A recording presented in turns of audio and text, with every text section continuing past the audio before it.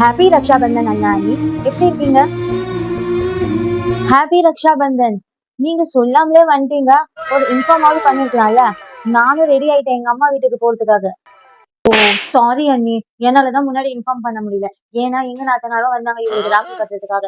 இப்பதான் ஜஸ்ட் அவங்க போனாங்க. நான் சீக்கிரமா அவசர அவசரமா கிளம்பி இங்க வந்துட்டேன். சரி விடுங்க, நீங்க வந்துட்டீங்க. நான் இப்ப என்ன சொல்றது? உட்காருங்க, நான் தண்ணி எடுத்துன்னு வரேன். சரி அண்ணி, எடுத்துட்டு வாங்க. நான் சொல்றத கவனமா கேளுங்க. வெளியில உங்க தங்கச்சி வந்திருக்காங்க, புரியுதா? வாய மூடி நீங்க ரூம்லயே உட்காருங்க. நான் வர வரைக்கும் இந்த ரூம் விட்டு நீங்க வெளியவே வரக்கூடாது. 10 ரூபாய் ராக்கி தூக்கின்னு வந்துடுறாங்க, 10,000 ரூபாய் வாங்கின்னு போறதுக்கு. வெளியே வந்தீங்கன்னா உங்களுக்கு இருக்கு. இந்தாங்க தண்ணி. அண்ணி, தண்ணி எல்லாம் அப்புறமா குடிச்சுக்கிறேன் அண்ணி. அண்ணனும் நீங்களும் வாங்கலாம், நான் சீக்கிரமா ராக்கி கட்டிடுறேன் நல்ல நேரம் முடியறதுக்குள்ள. சாரி அண்ணி, வீட்டுல உங்க அண்ணன் இல்ல. நீங்க முதல்ல இன்ஃபார்ம் பண்ணுங்க. நான் அவரை வீட்லயே இருக்க வச்சிருக்கேன். அவர் காலையில அர்ஜென்ட் ஒர்க்குன்னு சொல்லிட்டு கிளம்பிட்டாரு. உங்களுக்கு தான் உங்க அண்ணனை பத்தி தெரியல. வேலைன்னு வந்துட்டா சின்சியர் சிக்காமணி ஆயிடுவாரு. நீங்க என் கையிலேயே கொடுத்துட்டு போயிடுங்க, நான் அவர்கிட்ட கொடுத்துறேன்.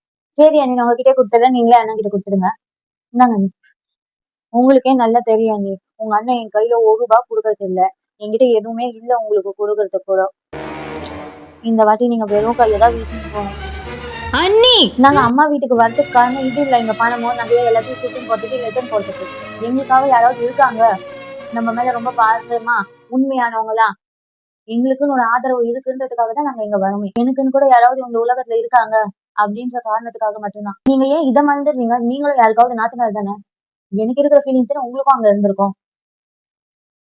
எப்ப பார்த்தாலும் ஒரு கேவலமான பார்வை, ரஃப் அண்ட் டஃப்பான பேச்சு, எப்பவுமே ஒரு இன்சல்ட் மாதிரி பண்றது, முன்னாடி நல்லா பேசிட்டு பின்னாடி போய் கழுவி கழுவி ஊத்துறது, உள்ள ஒரு வேஷம் வெளியே ஒரு வேஷம். ஏன் அண்ணி இதெல்லாம்?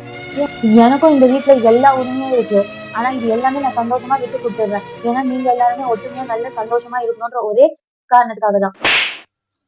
ஆனா நாங்க ஒரு 2 நாளைக்கு இந்த வீட்டுல வந்தா நீங்க ஒரு 3வது மனுஷனை ட்ரீட் பண்ற மாதிரி பண்ண ஆரம்பிச்சிடுறீங்க. இந்த ராக்கி அண்ணன் கிட்ட கொடுத்துடுங்க, நான் கிளம்புறேன். அண்ணி, நான் போய் சொன்னேன். உங்க அண்ணன் வீட்டுலதான் இருக்காரு, வந்து ராக்கி கட்டிட்டு போயிடுங்க. அது உங்களோட சாய்ஸ் அண்ணி. நீங்க ஏதாவது சொல்றதுக்கு முன்னாடி யோசிச்சுதான் சொல்லிருப்பீங்க.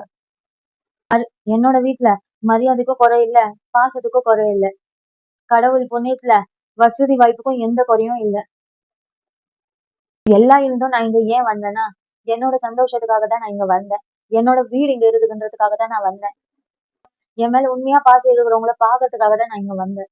ஆனா இங்க வந்த இந்த ஒரு நாள் எனக்கு என்ன புரிஞ்சுச்சுன்னா, அம்மா அப்பா இல்லாத இடத்துல ஒரு பொண்ணுக்கு மரியாதையும் இல்ல, பாசமும் இல்ல. நான் கிளம்புறேன்.